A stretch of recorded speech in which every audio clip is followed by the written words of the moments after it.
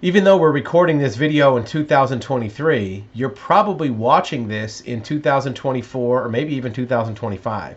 And the reason why is the need for these cyber defense, cybersecurity is not going to become very urgent for another year or two.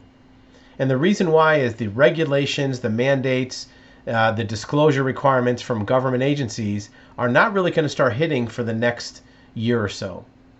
So when those do, people are going to be searching and finding this video. So what we're going to do is we're going to talk about what you need to do to satisfy requirements of government agencies, contracts, maybe vendor requirements, or even client requirements for you to have either cyber insurance or cyber protection for your business. First thing is there's a new method of protecting yourself called an incident response retainer. This is not insurance. This is where a company can pay in advance to hire a team to respond to cyber attacks. And it's a way to prepay for that. So if you have an attack, you can call Ghostbusters and they show up to handle your attack. Now, it's a little cheaper than insurance, but remember, most cyber insurance policies include incident response with their policy. In addition to providing incident response, most insurance companies that sell cyber liability insurance also provide what's called active monitoring or active prevention, where they will put different scripts or monitoring programs on your computers. You see all our computers behind us. They will have monitoring, so if there is an intrusion, they will see it in real time and they can prevent it. So cyber incident response is an option, so you can look into that. Be aware that most cyber policies, commercial lines insurance policies, have this. The reason you need it is because there's new rules coming into the marketplace. SEC for public companies have cybersecurity disclosure rules. You have to tell them what insurance you have, what type of prevention you have, and if there is a breach, you have to disclose and inform your customers, the public, maybe even vendors, what of their information was disclosed. And you might have to even pay for things like identity theft protection, credit monitoring, or other fines. Companies are already starting to feel the pressure from these cyber rules, right?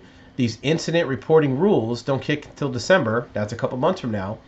But experts say they highlight the need for collaboration.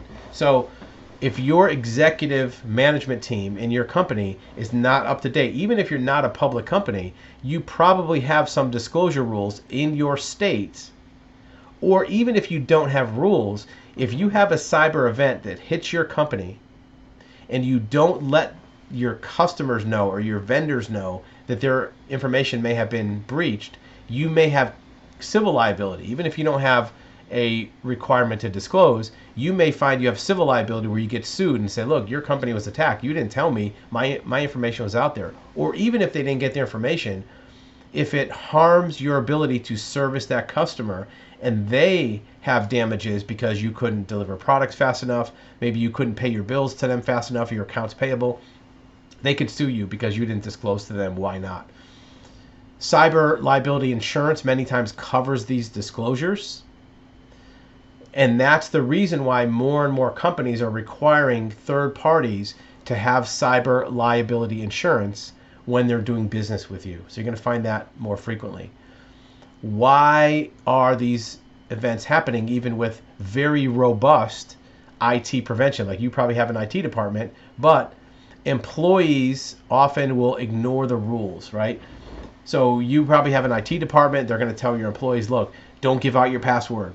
Don't answer these spam emails. Don't click on this bad link. But a lot of times they get fooled. These cyber hackers are very slick. They know what they're doing. They know exactly how to manipulate people. It's called social engineering. You probably heard about the case earlier this year at MGM Grand in Las Vegas where somebody just called into their help desk and made them give away their login. And this is a big company. So this happens all the time, which is why you want to have monitoring on your system.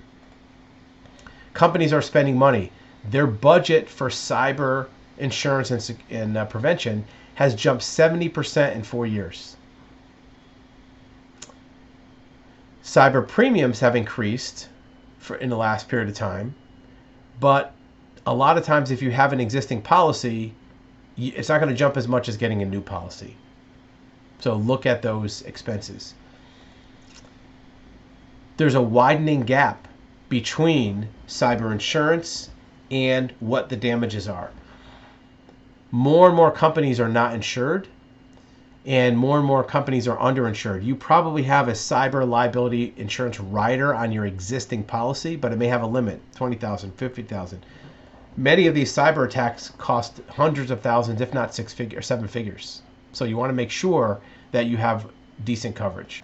Many boards or executive staff will say you want to have at least 1 or 2 years worth of revenue for coverage as a max, or put it on your umbrella policy. Companies are now starting to put this into their budget, just in the same way you put in other best practices for your business. And you want to start early. Based on a survey of more than 300 organizations, indicated it took longer than 6 months to obtain or renew cyber insurance.